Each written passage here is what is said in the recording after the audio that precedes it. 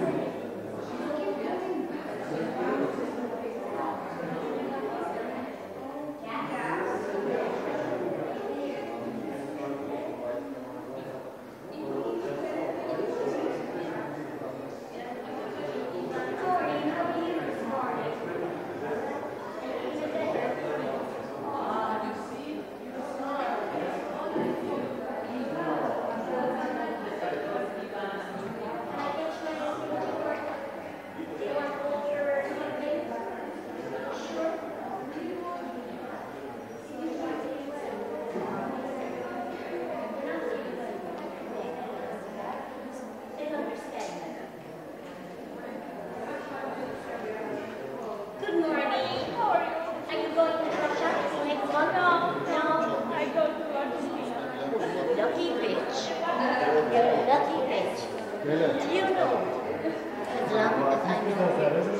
long as I know you. No, you haven't. No, I know you haven't. She was maximum was Do you know what I do? Bang. you much? You could have listened yesterday and you weren't.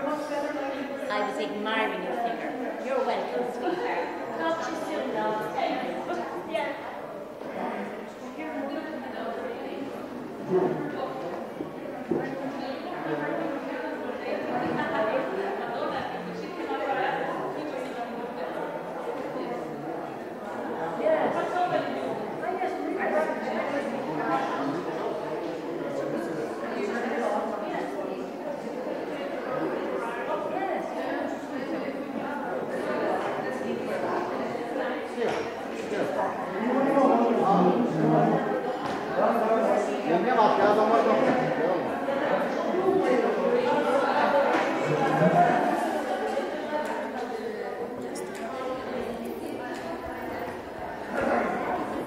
Yeah.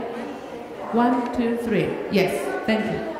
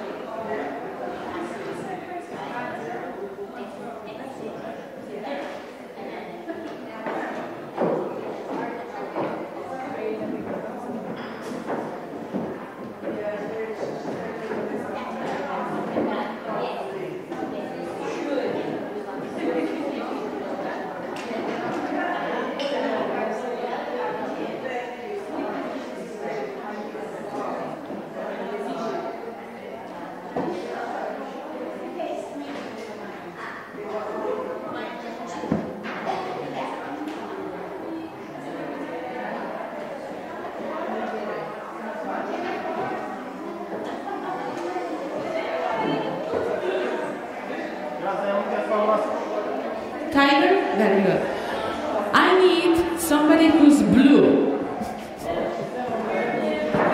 Who's blue? Okay, I need a volunteer whose color is rather blue.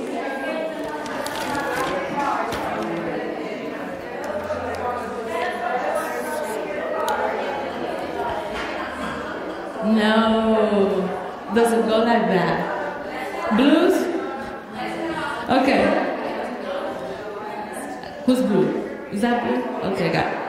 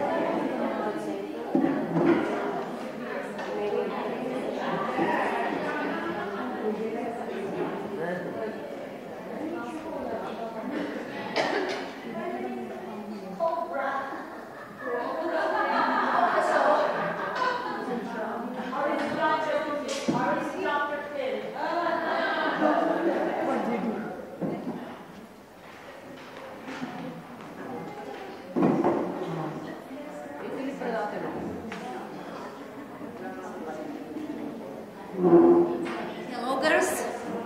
Hello, ladies. Hello, girls. Hello, women boxing. How was the dinner? Good? Good. I see that you had very fruitful first day, I'm sure, because you look so refreshed, so we are ready for today's discussion. What we would like to start today is to start from, we talked a lot about the gender equality. Now let's move to action. Let's find out how to achieve the gender equality together. What steps we have to take, what tools we can use, what advices we will receive from our guest speakers. I believe that we have made very good and professional selection, and Gabriela will introduce to you our guest speakers, but the main point is that stop talking, let's doing the things. You know, we are not talkers, we should be doers. So let's start, let's put in action everything what we know, everything what we can, and everything what we want. I'm really happy that you all are here, and I really appreciate your efforts, because I know how difficult it was to many of you to arrive here. You're coming from all around the world, so really thank you. You know, we are like a small family here, you see, like yesterday on the dinner. So I'm really will appreciate if you share with us, and especially with Gabriela. Hello. So we have a representative of our AIBA family. We have one man. This is Mr. Franco Falcinelli, AIBA Vice President, and also UBC President. As I see you yesterday have here his report on the AIBA women boxing. Did you like it? Do you think that the things should be improved? Do you think that we need more women in boxing? Not only boxers, but referees and judges, but coaches, officials, leaders, executives. So you are. So Gabriela. Thank you. Thank you. Emilia, thank you. Welcome. Women, look around. You are here already on second day. And I want, right now, 10 seconds, only for gratitude for you and your team, Emilia. Thank you for last night's dinner. All the effort that has been going on through you and your team. Your family is here, the team is here. Thank you, and can we give them a round of applause? Thank you. It's a pleasure. pleasure because usually we are busy in boxing around competition, and this is the first time we don't have competition. So it's kind of unusual, but it's very, very nice to meet each other in that way. So I thank you that you come here to participate and to open the first page of the history of the gender equality in AIBA. Thank you. Thank you. So this is not going to be a traditional panel. We're actually going to be moving forward. It's great to have our experts, tons of expertise, experiences, and different stories. And I'm going to be asking you to be very attentive. Make sure you take notes. If you have questions, please, there will be a time, and we want to allocate enough time for Q&A at the end. And would it be correct to say it's being streamed? Correct? And is there a hashtag we want to use? I think it's the hashtag AIBA family we can use. Anybody on social media, you can do that too. Welcome. So I have 4 powerhouse women with me on stage. And let me tell you who they are. We'll introduce them to you so that you don't wonder during the entire hour who's sitting here. Then they'll do their remarks. A few minutes to tell their story, they come from, learned lessons, and then I'm going to have some couple of questions for them, and then you are going to shoot with some interesting questions, I am sure. Michelle Carpenter. She's the first female CEO in rowing Ireland. Michelle was appointed in the role in May 2018 after a long life involvement with sports, and rowing specifically, already from the age of 13. And you were the very first female member in your rowing club at all, because there were no men at all. So you had some struggle to get in there, and you got to win even the championships with your team. Previously, you were working for the Central Bank in the efforts to introduce the euro and also the Council of Europe in Strasbourg. So I heard your French is excellent, by the way. Okay? She lives in Dublin. She has 4 children. 2 of those, your children, are involved in rowing, in sports. And you have represented rowing Ireland already from a junior stage and under 23 level. Bishop continues to row today. And you just came from some world championships. You're going to tell us a little bit about it. And there's going to be a picture coming up on screen about it. And we're really looking forward to listen to your story. After she's done, we're going to have Miss Daisy Lang. Okay? Woo! What big applause for her. I'm one of those your big fans as well. European champion in Taekwondo and kickboxing, world champion in karate and kickboxing. Daisy, I wouldn't want to get in a fight with you. At all. I'm safe with you. 138 fights, 129 won. That means only 9 lost, and 84 of those by knockout. You have won. Woo! 2 times European champion, 10-time world champion in 3 different weight categories. Okay. She was born here. We are in your hometown, Sofia, Bulgaria. And she was the very first Bulgarian woman in pioneering also boxing, not only here, but also at the European level. She has 3 world titles in 3 different weights, which is really unusual too. You get a lot of coverage in media, in German magazines, TV, and at some point, you decided to take a leap of faith and shifted your life, went to LA to pursue an acting career. And to this day, you are involved in films, commercials, and action roles, right? In LA. She's also a physical therapist, so she brings that expertise from the medical field and her athletic expertise and combines these 2 in a very unique way. You have been also a member of the Rotary Club for many years.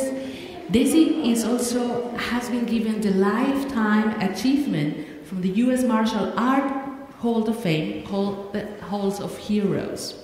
And also last year, you're one of the inductees in the Women's Hall of Fame, together with Holly Holm in boxing. And this year, Daisy, you were inducted in the Munich Hall of Honors in Germany. We're so proud to have you here. She's a really powerful woman. And one more thing, and we might not have the titles in common, but she loves Latin dance, ballroom dance, so we have at least that in common. Okay, very good. Thank you for being here. Okay, and to my left, I also have Heloise Sidney, Senior Consultant on Burston Masteler. She's a sport consultant, and she has been, together with this company, really walking the steps with AIBA and setting the foundations for exactly the new efforts to the future. The AIBA New Foundation Plan, as well as short-term corrective measures. And so we're really looking forward to hearing your experience, because not only you're working with this federation, you have also worked with other federations, FINA, closely with the IOC, and other federations in reshaping part of the past on the future. You're also into sports. You were a swimmer, right? You have been 6 years plus as a sports consultant. And not only that, you have also helped cities in the bidding process. One of them, Lausanne, that won, and is coming up in the next few years. You also have that experience, and you have a Master in Science Economy from the University of Lausanne, Business Administration in Montreal, and something that caught my attention too, in Advocacy and International Affairs, University of Geneva. You're based in Lausanne, correct? Very good. And you want to talk to her, because she's a box of stories and experience. You see her very young. We're going to talk about that too. We'll see, because you face a lot of powerful stakeholders in the world and come and tell them as a consultant the way to go. So we're really looking forward to your presentation. Michelle?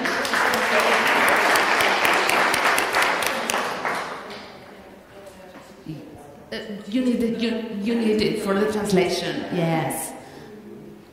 Will hear me? Great. Normally when I come to these events, I bring my championship pot, but today I'm bringing you our first gold medal for a women's single sculler from the World Championship. It's real.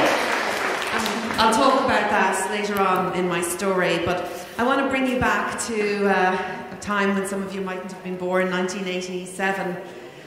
Young girl, I was growing up in Limerick, Limerick City in Ireland. Some of you know it very well.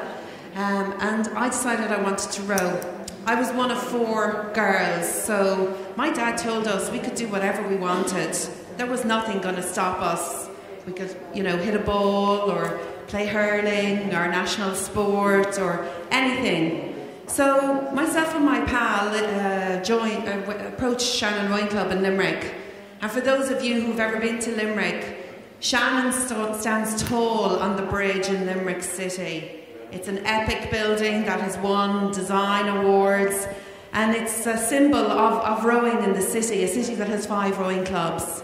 Not one of those rowing clubs back in 1987 accepted women. So we were lucky in Shannon in that we had some members there, some men, who had the foresight to know that the club would be a better place with women. But it was a struggle. For 6 months, we rowed in secret for fear we would be seen. We rowed outside Limerick in County Clare so that those members wouldn't see us. You see, Shannon had a different dynamic as well. It was a gentleman's club. It was an old boys club. So many of the members that just frequented the bar didn't know anything about the sport. So those members that were supportive of us brought it to the committee. We need women in the club. And 2 of them, Arthur and Tony Wallace, they brought these former members in. I believe some of them mightn't have even been still alive, but they were using their vote on this night to get women in. And there was a big discussion at the committee meeting that night, and one of the members, Joe, a well-known lawyer in Limerick City, stood up and he said, "We can't have women in the club." And he was asked, "Well, why, Joe?" They'd be carrying on behind the curtains with the men. To which another gentleman replied, "I think it's time to take those curtains down." Yeah. So we were allowed into the rowing club on a 6-month trial. And in that 6 month, we won the first Irish championship that club had won in 34 years. Which is why I normally bring my rowing pot with me at these events, but I've something better today. 3 of us represented Ireland and rowed for Ireland that year, so there was no going back. You know, we've come a long way in our sport of rowing, and world rowing now recognises women equal to men, bearing in mind that it was 1976 that women were allowed to row in the Olympics. So it's not really that long ago. But at the weekend, our single scholar rowed alongside the men. The men rowed their race, the women rowed their race. The women rowed their race, the men rowed their race. There is no difference in our sport. We've come an awful long way. And it hasn't been easy. And that's what I want you to think about today and to bring home. And this medal, which was won by our single scholar, Sunita Puspura, she didn't have it easy here, and you can see her here on Sunday. She's had to overcome problems. She's a mother of 2. She's had sickness. She's had lanes that haven't been drawn very well. But finally, she got to stand on the podium on Sunday. And what really brought that home to me was a message from my daughter, who's 16 years of age. She's rowing. She can row equally, because of what we have achieved. She has equal standing now in rowing. But she sent me a message and she said, "Mom, I'm so proud of Sunita. It has made me want to train harder. It's made me want to do better. But most importantly, I'm proud of you for supporting that team." So if we hadn't done what we did in 1987, if we hadn't taken those curtains down, we wouldn't be where we were today with Sunita on our podium. So I implore you today to listen to everything here, to Gabriela's tips and to the other panel discussions and speeches, because I was listening last night and I was watching the room and I was seeing how the men were sitting at one table and the women were sitting at another table. So I implore you to overcome that. Pull those curtains down and make a difference to your sport. Thank you. Thank you, Michelle. Daisy, we're all ears for you. Please feel free to be on this side. You have better room. Because I know that you like walking. That's okay.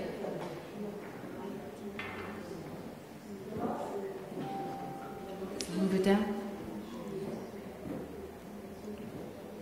Hello to everybody again. First of all, I see wonderful people here and so many successful women. And some men I see here too.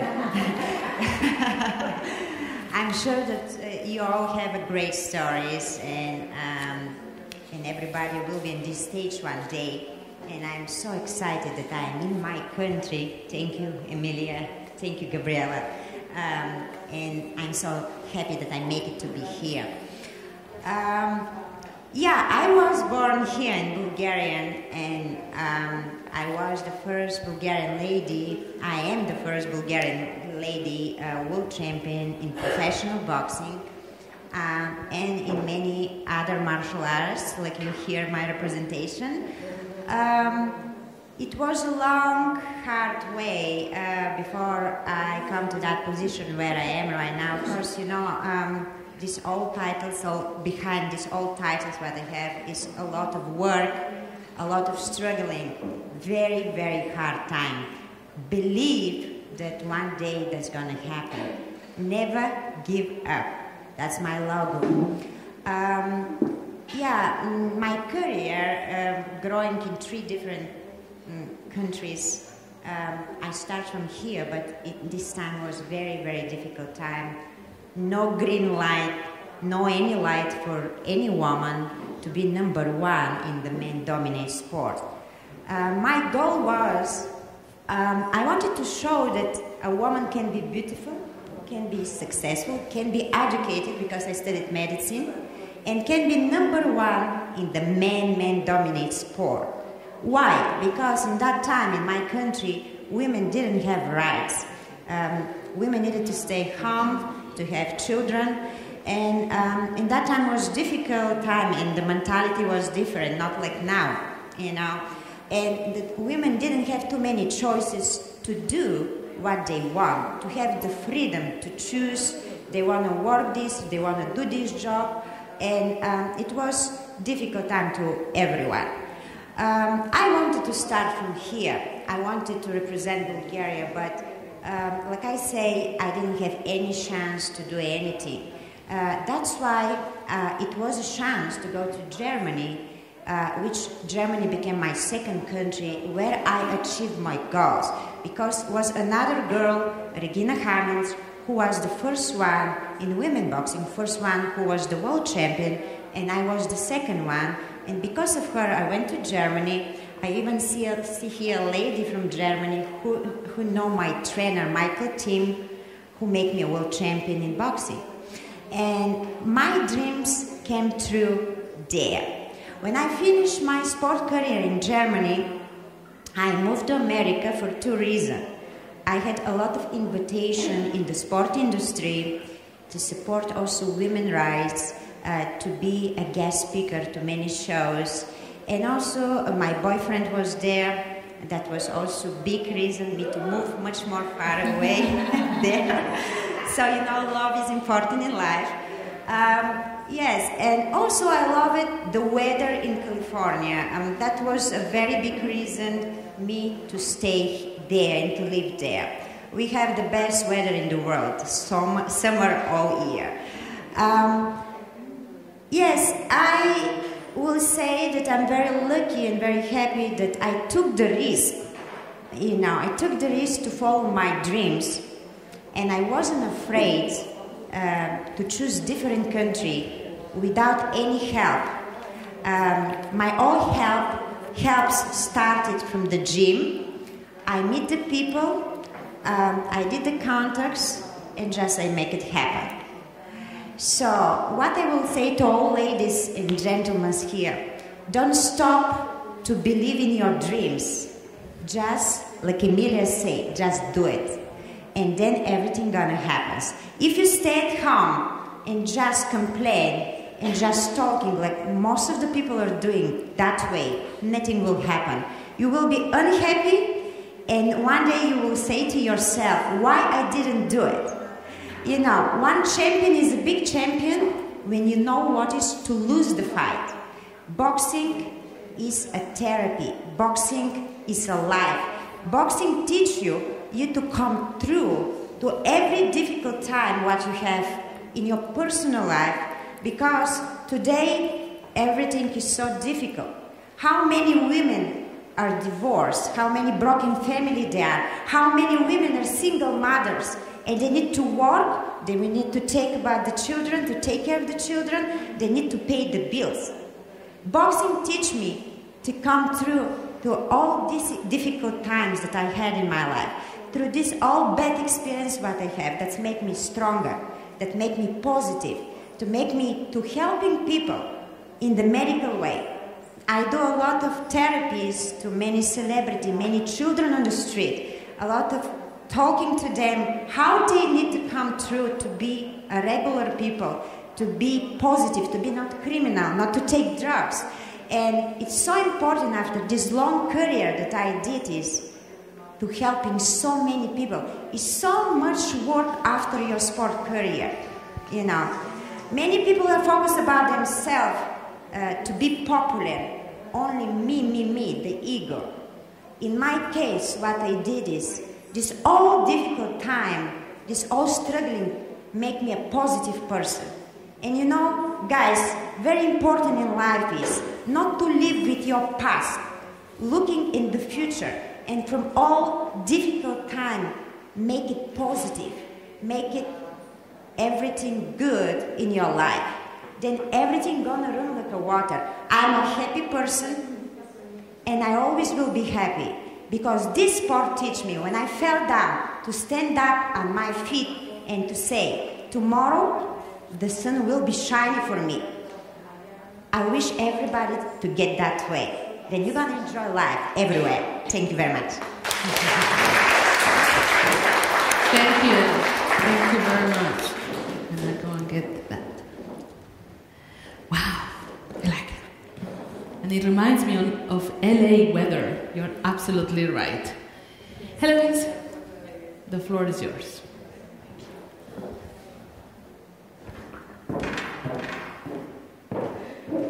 There you go. Thank you. Good morning, everyone. I'm very pleased to be here this morning. I've heard lots of good stories. I feel inspired myself. Being here with wonderful women like you and you, it's impressive. So I'm gonna try to do my best to share with you a bit of my experience as working with international federations and also national federations. And I hope I can give you a few hints on how to make women's boxing at the top of the agenda, a point in the agenda of your national federation. I don't know where I should. Here? Yes, it's on. Yeah. Perfect. Okay.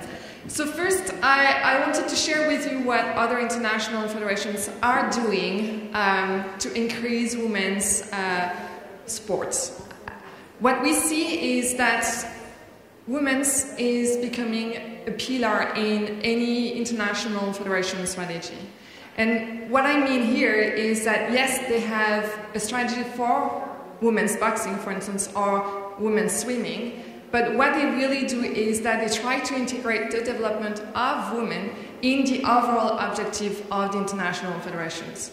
Because the only way to make it work is to see how women can contribute to the overall objective of the international federations. It's not just women working on their side and then the rest of the international federation working on the other side. It's how women can contribute to the overall objective of the federation. What we've seen as well is that there is an increased level of involvement of women in leadership positions. And I think it is really important. There is more and more international federations which are using quotas, and I think it's positive discrimination is a good thing. Actually, there is a lot of controversy about forcing women to have a seat on the board, but I think it's the way to do it. It might we need to force it a bit to make it happen. And what we see as well is that international federations are talking more and more about their women's performance. And I think it is crucial to advocate for women in the sport. It's having role models, it's having ambassadors, it's having athletes who are visible on social media, but also having conferences like this where, we can actually show that women's is increasing and is important and is taking more space in the sport industry.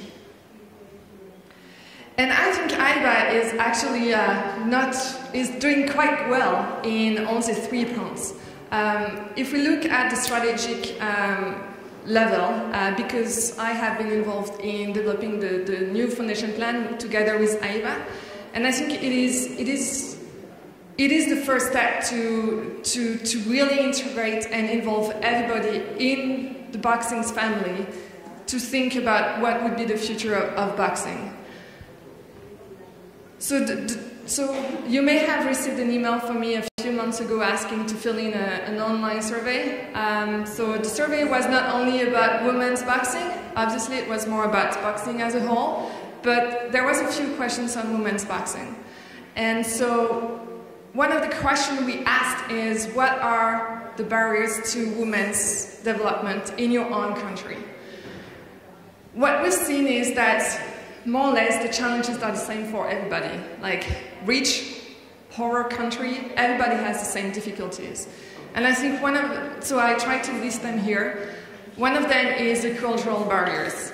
It's women's boxing. Boxing is not often perceived as a sport for women. And I'm not coming from the boxing family.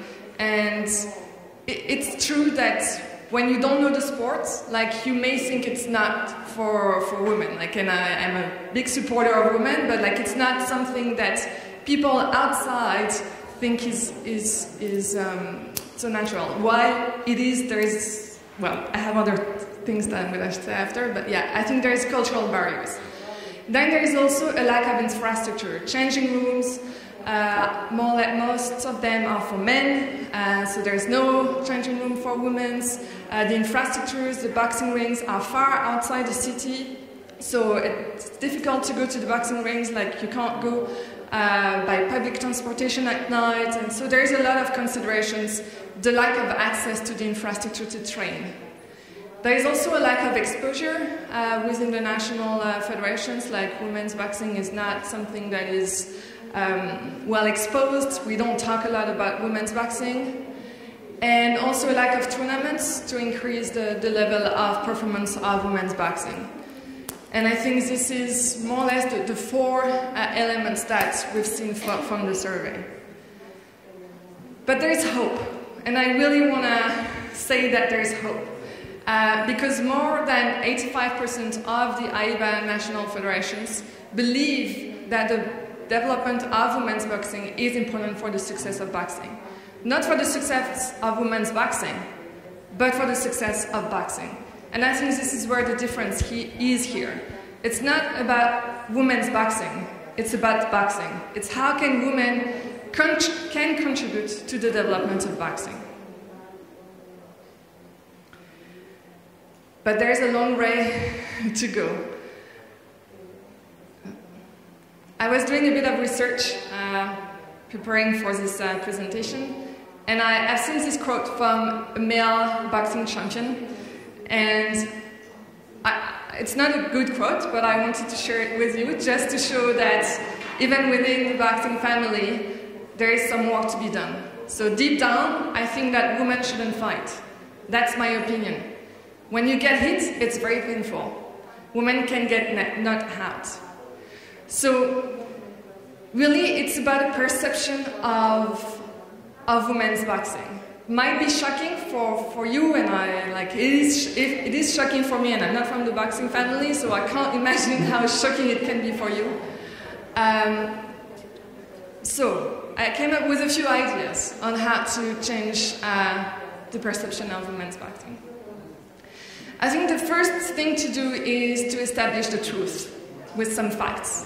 Women's boxing is not more dangerous than men's boxing. And I think it is really important to have key facts and real facts on telling the truth. And also using stories. I think boxing and AIBA and your national federations, you have a big opportunity to be a thought leader. It's not only about developing women's boxing, it's about developing women. And I think boxing is a fantastic sport to equip women and girls with life skills.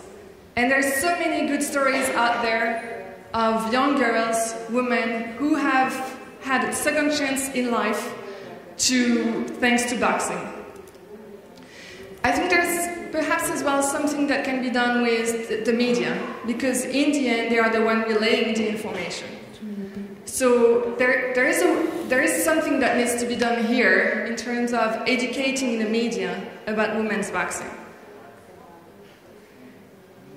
Third, I think we need more ambassadors. And by ambassadors, I don't talk about women ambassadors only. I talk about male ambassadors. I think it is very important to have male boxers who say that women's boxing is great and it's not as dangerous. You know, like there's many stories here. It's how can we use male boxers, how can we use their exposure to promote women's boxing? And finally, I think this can be leveraged at any events that is happening in your own country as well. So if there is a women's boxing championships, what can you tell about it? How can you use social media? How can you educate the media? And I think this is a huge opportunity, and there is a lot of work to be done in this area. And I would be happy to answer any question you have just now. Thank you. Thank you. Very good. Wow. Now we have food for thought, right now. Before I shoot with some of the questions that I have already prepared or we got through via social media, I'm going to remind you that question that you want to ask. That's the moment. You write it down, and when I give you the word, state it as a question, not as a story or an anecdote, to make sure that we have the best use of our time. So write your questions, and we're going to go back and give you the floor. Good. Michelle, we met a couple of years ago. The same with Emilia. They have been to some of these seminars and transformational experiences that we have. We were together in Lausanne. We were also then later in Dublin, right? And at that time, when we met, you were both about to decide whether or not you would take that leap. And you were almost in a way internally ready, and there were some tools and strategies that were missing. So I'm interested in both of you. Can you tell me what made the difference between you being there and literally saying, good, I'm going to go for that CEO position. I want to be part of the board. And really, I have the chance, I'll go for it. Because right now, we have in this audience a lot of women who are about to decide, today or tomorrow, whether or not they're going to leap. What made the difference?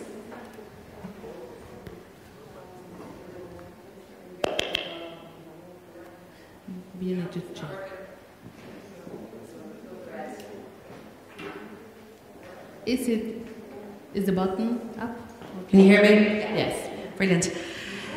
I think there was a number of things that made the difference for me. For certain, the forum in Lausanne was huge, and actually recently my husband said to me, you came back from Lausanne a different person.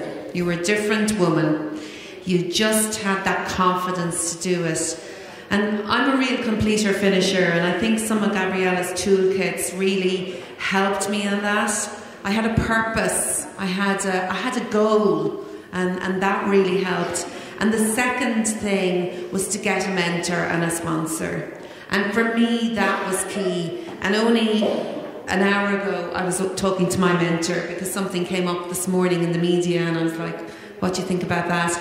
And it's a man. And I think that's very important too. I think it works well, and the dynamic works well.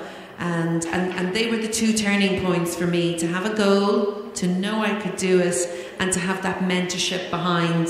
Because men have that mentorship. They have that old boys club, even go back to my old rowing club. That existed, sitting down, drinking pints or whatever. And we need to do that and ask for it. Ask for help. Don't be afraid to ask. And that was the massive turning point for me. Very good. How about you, Emilia? For me, when I should say the same as Michelle, I came home completely different, but for different reason. My reason was that in Lausanne I met women like me, women who want to run, who want to push everything forward, and most important, women who want to empower other women. For me, that was very, very crucial, because if you want to empower others, the best strategy is your personal example. So for me, that became a goal, and I'm so happy to have you here now today, because that means that I achieved my goal. Very good. That's the reason. Very good. Thank you. Thank you very much. So I know that you're sitting there thinking about that position, and I asked you, and also for my speakers, I asked them to really think big and think about that position that almost makes them nervous to think about that, because that's the one that you want to make an impact on. Daisy, tell me, I saw you yesterday, and one of the things that I have observed in you, you're very good at building alliances, not only with women, which I wrote great at that, also with men stakeholders. So one of the things that I notice is how you bring them to the conversation. to make it happen? And it's very important because it's really not either or, it's really and. It's really a teamwork. How have you been able to do that? It's very simple, Gabriela. You have to be yourself. Your own personality, you're charming. Yeah. My passion, my big smile open a lot of doors. In that time, when I've been in the men's sport, I didn't expect that everybody will support me, especially in the beginning. That is a process, a long process. But I had the patience to take the critic and to get the right answer. I'm a very good negotiator, and it's very important you to know what you have to answer for especially uncomfortable questions. Of course, a lot of men look at me like a model or the person, the visual, they look at my outside lookings. But so far that we start to talk, they say that behind that is something else, something more.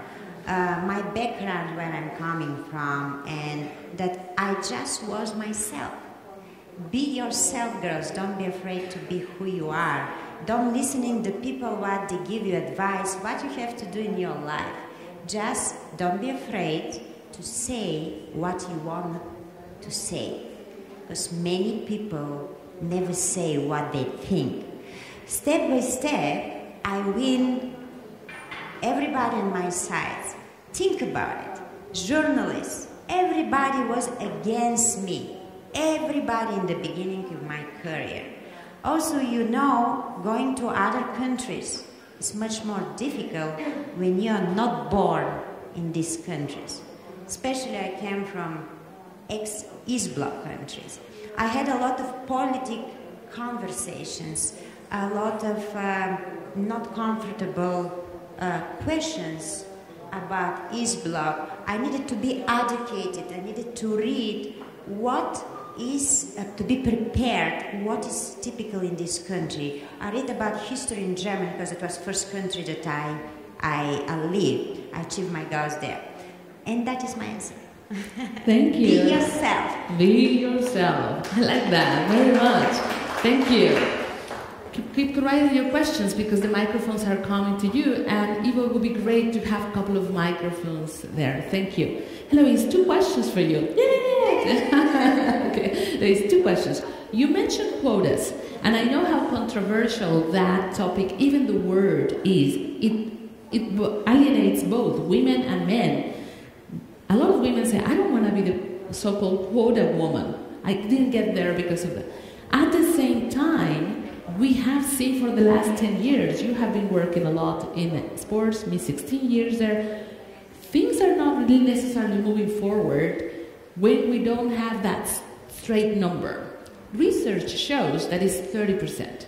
From 30% on, things start rolling. Can you tell me a little bit more about that when you mentioned quotas?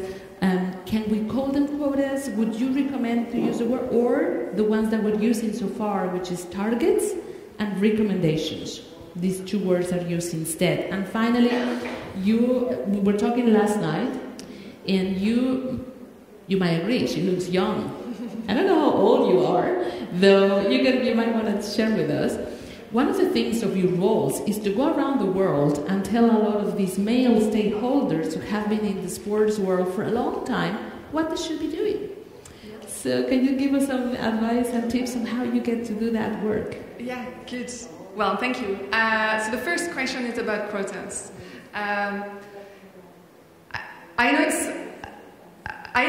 would say I am in favor of quotas, just because it has to become a habit. Sometimes you have to force it. It's like to become a habit, you need to force. Like even if you say I want to become like a boxing champion, like at the beginning you have to force yourself to go to trainings, and like it's not always to become a habit. It has to be in place.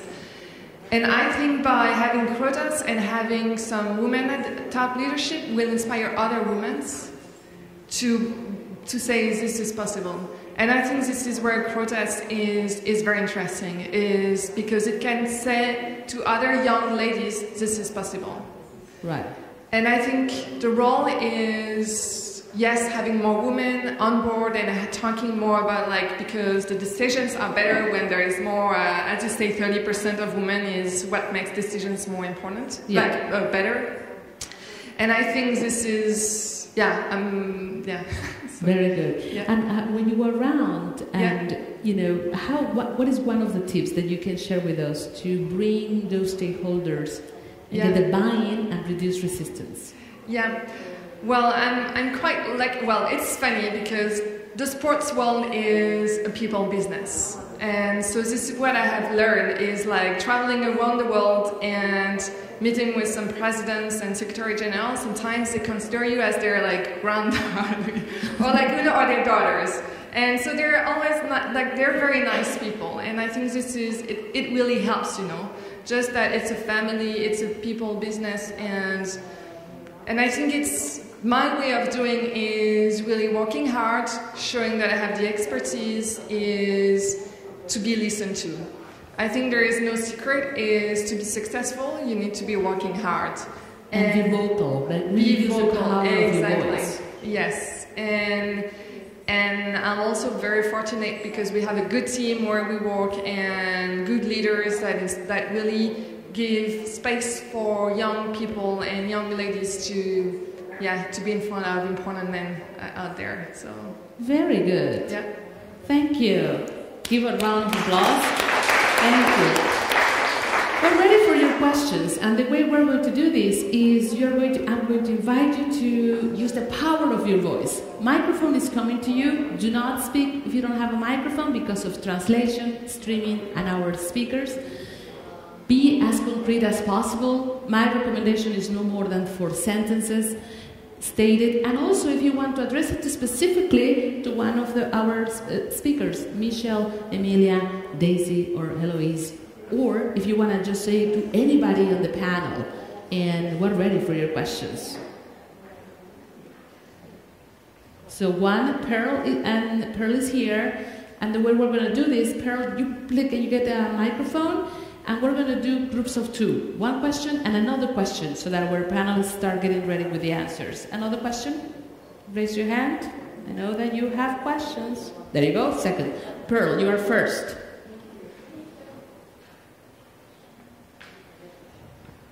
Seems like this. Is it working? Yeah. Oh, okay, thank you. I've got 2 questions, if you to allow me. The first one is to Emilia and Daisy. Ladies, what's holding you up from going for the vice president positions within AIBA? What are your fears? That's my first question for the 2 ladies. And then did you say anyways? Anyways? Yes. To you, I just want to find out, coming from the survey, which in fact was very long and quite comprehensive, by the way, what are the next steps in terms of addressing the gaps that you actually picked up from the surveys? Some of us are really interested in those results. Got it. Okay, very good. So I'm going to rephrase it. So while you're asking that question, I'm going to clarify something.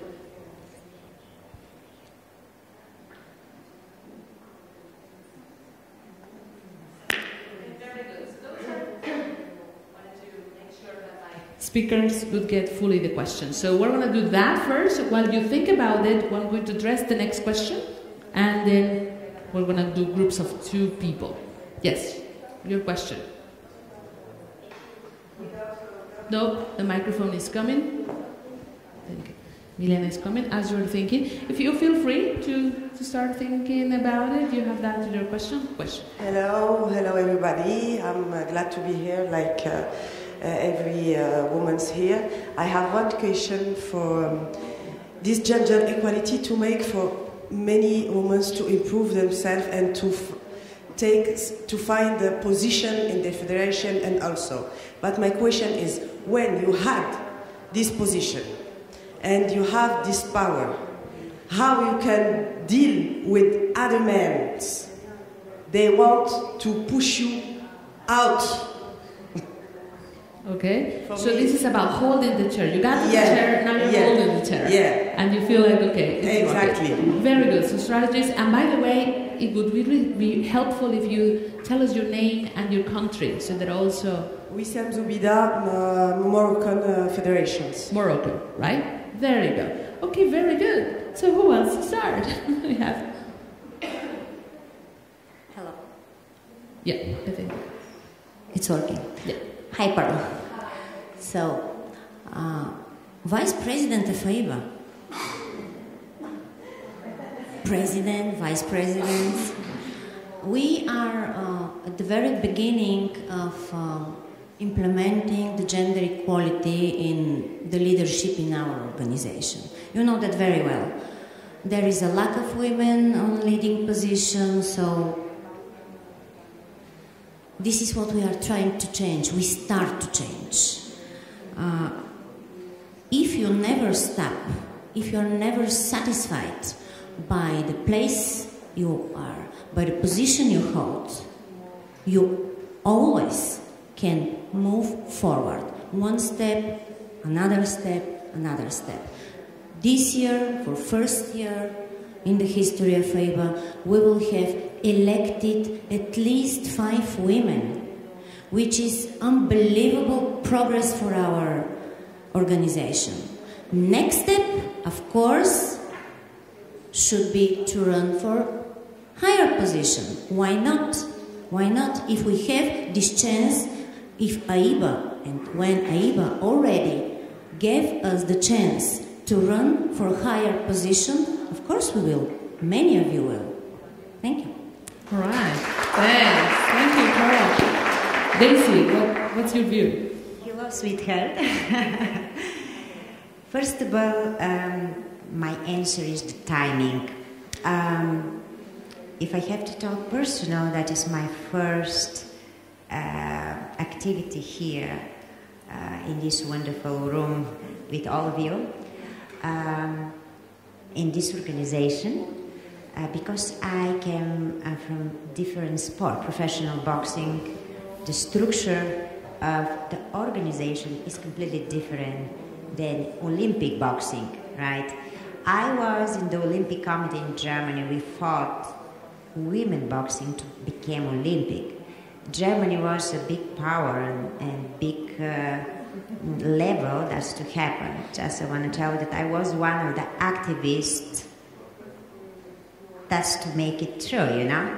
So it's impossible me to be in so many organizations, and I'm in so far away in different country in my timing right now.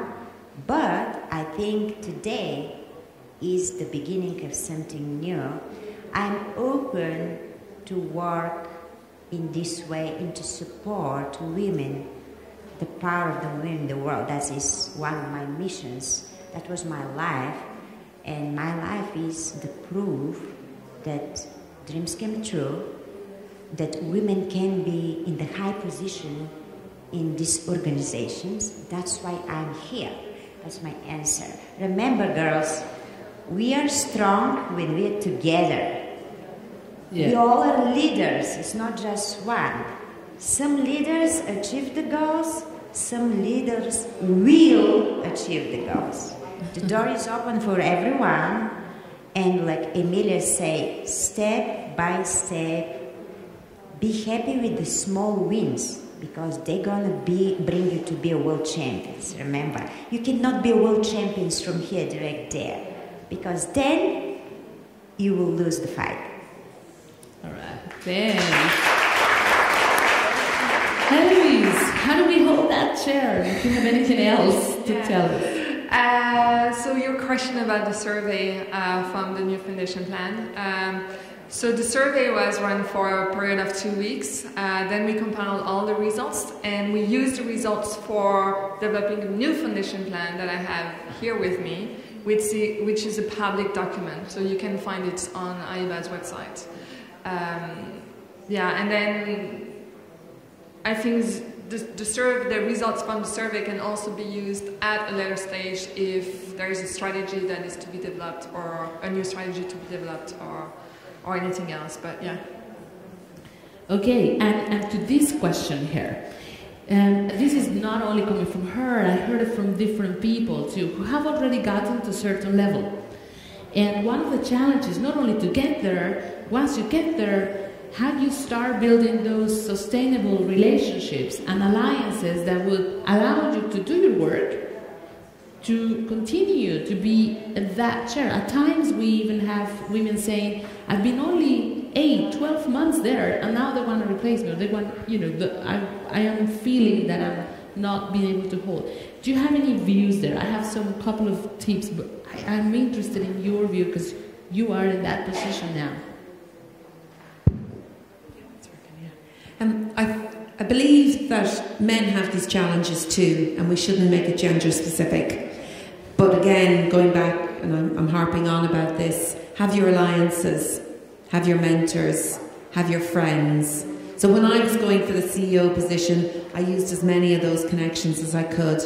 I called on Gabriela, I called on my friends from the forum, and it's great to see you all here today, and I'm sure you all have little tips and little nuggets of information to give each other, because you've all come across the same challenges. So use that. But remember, it is not only gender specific. Men are pushed back too because of their characters or the way they're doing things. But keep pulling those curtains down and fight through it. There you go. Okay. For me, in my other position, I'm chair of the board of directors of the National Sports Base in Bulgaria, which is the company who owns and manages all sports facilities owned by the government. So, huge company, governmental. We are 5 people in the board. I'm the only one woman. No surprise. But I'm the chair of the board of directors. And you know why? Because I'm good. I deserve that. That's why.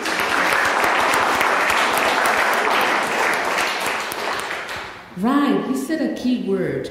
A lot of times when I coach women, and today, for example, today is a really intensive coaching day, we talk about the concept of deserving, believing that we need to be there because we actually add value. Nobody's doing a favor to letting us through the door. We are supposed to be there, and there is that sense of self-worth. Okay? Very good. Questions? I have at least two people who had already identified it. Yeah, on this side? Questions? Good. You see, I'm afraid, okay? Think about because you are still in that comfort zone. I have there was something that was said. We regret the chances we don't take more than the chances we took and we probably failed at, right? So you are in the back, in your background, you're also athletes, or also into swimmer, also competitive swimmer, right? Can you tell us about that, the fear of failure? Because right now, we could be at this point where some women would be encouraged to raise their hand and say, I want that, and there would be fear of failing. Can we talk a bit about that, especially for women, because that fear of failure can paralyze somebody? Yeah, I think a lot of us are coming from a sporting background, and that fear is definitely there, whether it's in the boxing ring or at the start of a regatta, and you just have to overcome it. Feel the fear and do it anyway. Yep. Right? Be willing and also comfortable being outside your comfort zone. Be comfortable with feeling uncomfortable, if we can call it like that, right? Comfortable not being in your comfort zone. And today we're also going to be hanging in that area. One of the things is we were reviewing yesterday about attempting things that are really outside your scope and really going for those big goals or positions when you're not fully ready. And one of the things that we were talking about, and I was approached several times, is going for something that you're not 100% sure that you get all the 100% of the requirements and not all the chips are aligned, and yet you feel it's a time to leap and do it. Can you tell me where in your positions you have seen that, or perhaps you have already leaped in and you really went for something, got it, even though you were not 100% ready? Because some of the women here feel that are not 100% ready And my sense is that they are. And probably the perfect moment will never come. Anybody wants to say something about that? I'll go again. So last year, the CEO position came up in Rowing Ireland, and I had a terrible year. My dad died, who was my first mentor. I had family stuff going on with my sisters and the will. And I thought, oh gosh, why did my boss resign? You know, I need another 6 months. But I knew if I didn't go for the position, the next CEO could be in that role for 10 years and I'd be kicking myself. And I thought, okay, I have to go for it because I'll be whinging the whole time. I can do a better job. I can do a better job. I can do a better job. Because that's what I did with my previous boss. And so I went for it. And it was tough because my energy levels were really low after, you know, anyone who's lost a parent can really, you know, recognize that.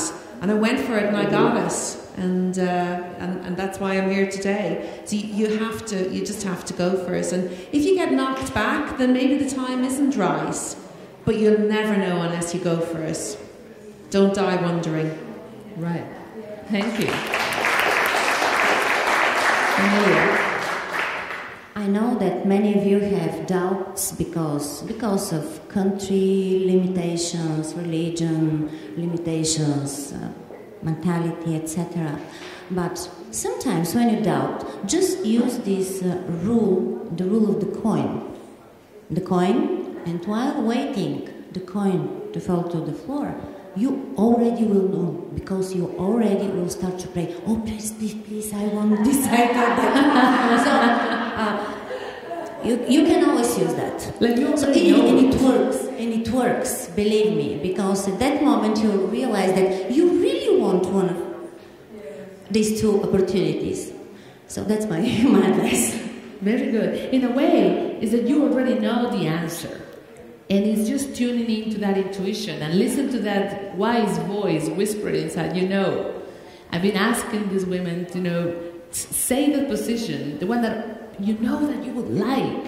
And that it almost, most of you feel very uncomfortable even saying it. And that's perhaps the one. That's the one. Okay? What about you, please? From my own experience, of course, everything is so individual.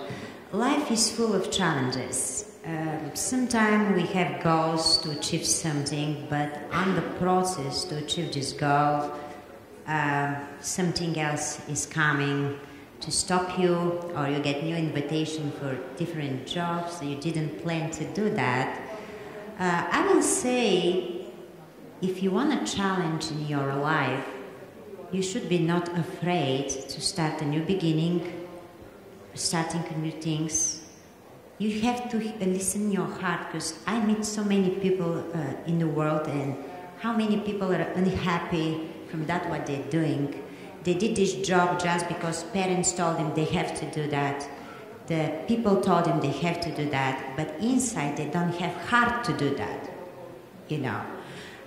If you have opportunity for something else, just do it. Just try to do it. Even sometimes I did things that I had no idea that I will be there, especially in the politician, especially in the government, in 3 countries, especially meeting presidents. And I don't say that to love myself, that I know some kind of people, because the sports success give me the opportunity. And of course, honestly, I have no idea of the politician, and for me the best politician is the sports. Sports success represent the countries. That is the best politician, and make people together. It's not white, not black people. Everybody is the same. Everybody love each other. You know, bring the quality of the countries to bring people in the touristic direction. Make wonderful opportunity to make new friends, new people. Otherwise, I meet people in entertainment industry. When I've been in Bulgaria, I always had a dream to meet these people. We all watch television, movies, and you always have the dreams, oh my God, I like this actor, I want one day to have picture with this person, or to see who he or she is behind the camera. I had this opportunity too. Why? Because I didn't think about it. I followed my intuition, my dreams, cross the country by myself, get the opportunity because they came to me, and just I did it. And I wasn't afraid to lose. I wasn't afraid to fall down. That is the key. Just do it. If you have position to have a high position in something jobs that you never did, don't be afraid to make it happen, because when you go in that position, you will prepare yourself, you will find a way, you will talk to the people around this group, you will get education to be number one. Because if you don't think that you have to be number one, you will stay on the floor and you will never grow. But some people like to be on that position and they're happy. So most important is be happy and do what you want. Thanks. Eloise. I'm glad you do that. Address the question and also tell us something a bit about that changing that perception. You said something quite important, that changing the perception of the sport and maybe some ideas. And while she's doing that, I'm going to give you one more time the floor. If you have any questions, I'll get back to you and ask for the questions. I know that there are questions. So, Eloise. Yeah, perfect. Just before, perhaps I will just reflect back on what Daisy has said, because I think it is really important here, is that sometimes I feel the reason why we don't feel we're capable of being a leader is because we are afraid of failure. And I think this is what stops us, because we like to be so perfect, we like to be successful, and I think taking that risk of failing is what stops us. But I believe that failing is actually a good thing, because if you fail, you're going to learn something and you're going to be better the next time. So in the end, I think it's just a matter of accepting that failing is possible, but that it will help you in your future. And I think it's really important here. It's not a matter of now, but it's a matter of your future as well. There is different steps, and you may fail one step, but you're going to succeed the one after. The perception thing. Yeah, for the perception. Yes, and I think it's really something that I had a good discussion yesterday with one of the participants, and I told her, you know, like I'm not from the boxing world, and it's true that now I know much better about boxing, but the first time I heard women's boxing and I was like, oh my god, I would be so scared of being on that ring, and like I would not know what to do. And I think it's important to use some facts and stories to tell the truth about boxing, and even about men's boxing, because it's not about what I understood, it's not about who is going to punch the more, but there is some technical, like it's really the techniques that makes boxing interesting. And so there's a lot of things that can be told about perception. I think, yes, having men's ambassador is as important as having women's ambassadors, because first they have more exposure, so it means that in terms of quantity there's going to have, if they say something, it's going to have more impact, just because they're more listened to. And having women's ambassadors as well is important. Not being afraid of using stories. It's not only about the elite boxers. Of course, they have good stories, but it's also about grassroots boxers who were able to succeed because, well, not because, but thanks to boxing, having learned some life skills. And I think this is what is going to make a positive impact. It's not only about being a leader, it's about being a thought leader. It's being about more than just promoting women's boxing. It's about promoting women as a whole, and I think it's going to make a big difference. Excellent. You make a good point about male ambassadors, and some of the other international federations have been very successful bringing in top athletes and also the ones with interesting stories that went all the way through grassroots levels, that have two characteristics. One of them is they're parents of daughters, right? So male athletes who are parents of daughters, and also those who have female strong mentors in their career, those are already there. They're already believing and knowing that it actually is good for the sport. So think about that regionally and nationally, who fits the profile, because you might want to bring them along in a very easy way. I sense that there were questions here. Would that be correct? Yeah, this one. There's one person here, and we might have time for another question. So Pearl again at this table. Is there any question coming from here at this table? No. Okay, good. So please, the lady, the microphone. Name, country, and to who you will be addressing the question. Good morning, everyone. I'm Irene Ntelam from Botswana. My question is, how do we make sure that we stop women from being enemies to themselves? And among each other, right? In other words, how do we ensure that we do not self-destruct? Women in that. Women. Instead, yes. Instead of us saying, okay, we are trying to protect women from being downgraded by men or the other gender, how do we ensure that as women we support each other and do not pull each other down? Very good. Thank you. Do you have a specific person, or is just open to the panelists? This would be open to everyone here in that. Got it. Okay. There so seems to be a problem that we have, yet we are overlooking. And that will be worldwide. And Pearl, next to you, she'll have another question. And then okay, I have, allow me to have two questions again, but one is for Emilia, and then the other one is for the rest of the ladies.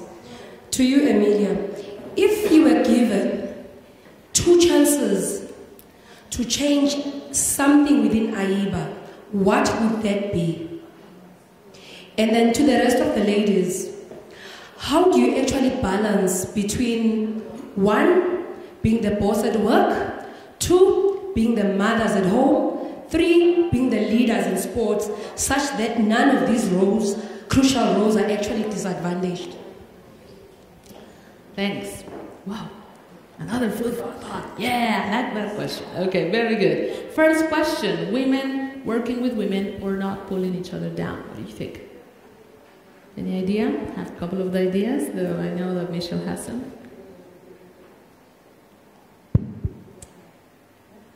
I believe you have to choose your alliances and choose your friends, but this is the start of it. And you'll find people you'll click with here, that you can sound things off and pick up the phone, or, you know, we're in a digital age. Use these alliances in these groups. Look at what Emilia got out of Lausanne last year. Look at what I got out, and we're sitting here now again together. Emilia called on me. She said, Michelle, can you come to Bulgaria? I said, I'm going to be in Bulgaria. That's just wild. So use those alliances and choose who you're going to use. And I actually had and we spoke about it last night. So when I chose my mentor and sponsor from the event in Lausanne, my mentor is amazing. And I chose a woman as my sponsor, and I'm not sure it's the right woman or the right person. In fact, it's nothing to do with gender. And I said this to Gabriela last night, and she said, if you're already doubting it, it's wrong. So, you know, choose those alliances. And if it's not right, then move on. And again, I don't think this is a gender thing. I think men has this thing too, but they just think about it differently. And Eloise is correct, and it's something that goes back to sports research.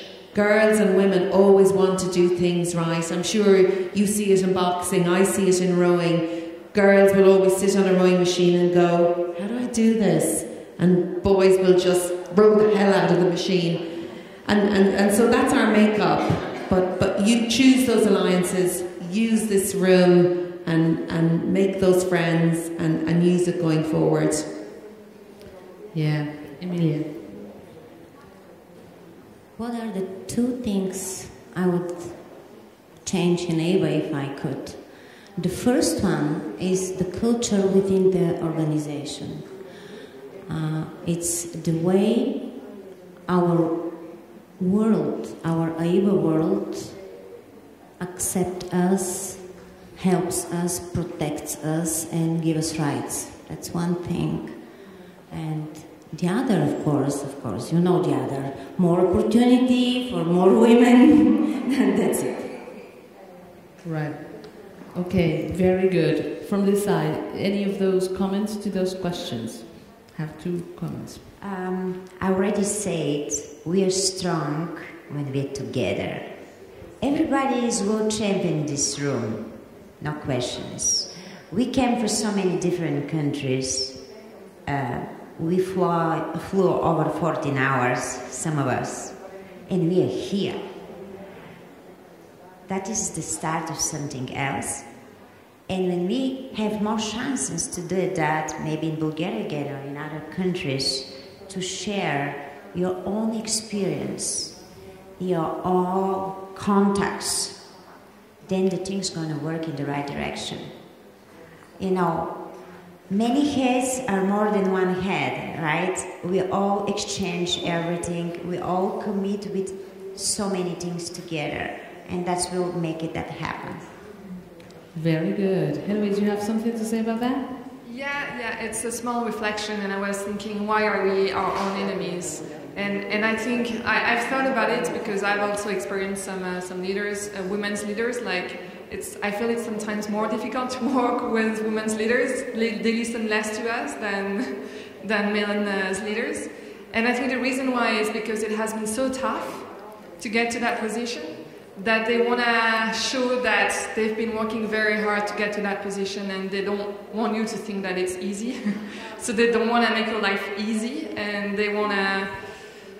That's my only reflection. It's not like really something that... Yeah, it's more an experience. Got it. I like a quote that I once heard. Girls compete against each other. Women lift each other up. And I think that it's now start to have that conversation in AIBA. This is a moment where there is you're recognizing that you have so much synergy with the female, I would almost call you sisters in this family now, and together we are stronger. There's one thing that was not addressed, and it was Pearl's question about motherhood, being a boss, being a leader. And I know that, by the way, do you know that that young man with the Lord presence, that's Emilia's son, Victor, somewhere there. You're also... Yeah, he's a little bit outside. You're going to see, he's part of the organizing committee for this event. And you have 4 children, 2 of them rowing. Can you tell us some? And I have 2 as well. No? Teenagers. Tell us. Yeah, I have 4 children. They age between 9 and 16, so they're like steps at the stairs. And it's been difficult. I won't deny that. I'm very lucky. My husband is wonderful, and he's in a way he's a mentor too, and he's given me great support. But I think there's 2 things that are really important for me. I'm better working, I'm better at this job than I am staying at home with them. And I'm a better mother for that. Like, my son has special needs, he's autistic, and I'm a better mother for being out working, and I've tried being at home. And secondly, I have a daughter and 3 sons, but she sees me out. She sees me out working. She sees me changing Rowing Ireland and putting steps forward. And that's really important for her as a role model. And my 3 sons, when they come, you know, into relationships, that they can see that strong women are important. And you know that saying, behind every man is a good woman. I actually think behind every good woman is a strong man as well. And that's certainly the case with my husband. And that support is key. All right, Emilia, tell us. Well, that's true that my son is outside. He's 26, getting married soon. Oh my God. Oh my God. I saw some women. No. Yes. So I grew up with this boy. You know, I became mother. My early age, I was 20. So I grew up with him. He's helping me a lot, and he's really proud of me. But I will tell you one funny story about my daughter. My daughter is 16, just like your son. So one day, She finished the school year, she was the best of the best in the college, and she wrote me a message, "Oh, I'm God, I'm God." And I said, "You can't be God, you're goddess." And she said, "Please use gender neutral language." So what I want to show you with this example is we are the best examples of our kids, and when we do more, when we achieve more, they will also. That's from me, from myself, the best. Right, and together we're stronger. You were just saying that. I believe it's absolutely true. Part of this is after this forum, what we would really expect is that this has and makes an echo of endorsement to each other, cheer each other up. We're going to be linked in small community. It could be Facebook, could be something similar as we had created for the other IFs. And the idea is really being sharing successes from each other. Because guess what? Nobody's going to do it for you. Nobody's coming. So it's us, right? It's us really helping each other up until this grows and grows and we become role models of what we want to see out there, right? Which role models, you mentioned role models, and he for she being a strong campaign, also Thomas Bach being one of the ambassadors has been giving very concrete results on that. Good. Questions? Is there any burning thought? Okay, closing remarks from our speakers. If there is one sentence that you would like this amazing crowd of powerful women to remember, hashtag something, what would that be, Michelle? And you can just pass it on. I'm coming to you, Sofia. I'm thinking about it. I think I pull the curtains. How about this? Pull the curtains. Yeah, definitely. Take those curtains down. Pull the curtains. Take those curtains down. Absolutely. Take the curtains down. You know what that means. Network. Use your alliances. There you go. You remember 2 days ago in our commission when we decided to change our mission, okay? From to promote women boxing to promote women in boxing. That's you. That's you. Women in boxing. Very good. Can I have that since it works perfectly? Daisy, what's it? You said several things about being authentic or stick together. What do you think? I would say never give up. Doesn't matter what you do, just do it. Just do it. Don't give up. Heloise. Yeah, I think I would say just take the position and then figure out after what to do. Very good. Take the position, figure out what to do. I love that. And from my side, the one thought that I have for you is really the perfect moment might never come. The perfect moment is just now. Thank you so much. We're going to have a break for 15. Thank you.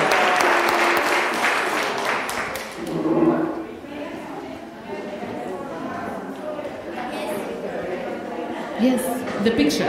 Or what? Yes, women, excuse me. I've been approached with an announcement. They're going to shoot the picture now. We're going to have a group picture now, and it's better to do it while our speakers are here. Thank you. Okay. Can you come here? We have more speakers, and also Emilia, Michelle. We want to come here.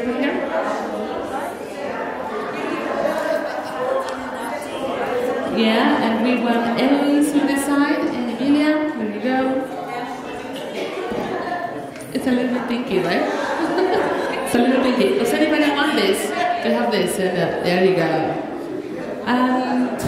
Do you have your picture, your mobile? Your mobile? Can you give your mobile to somebody so that you?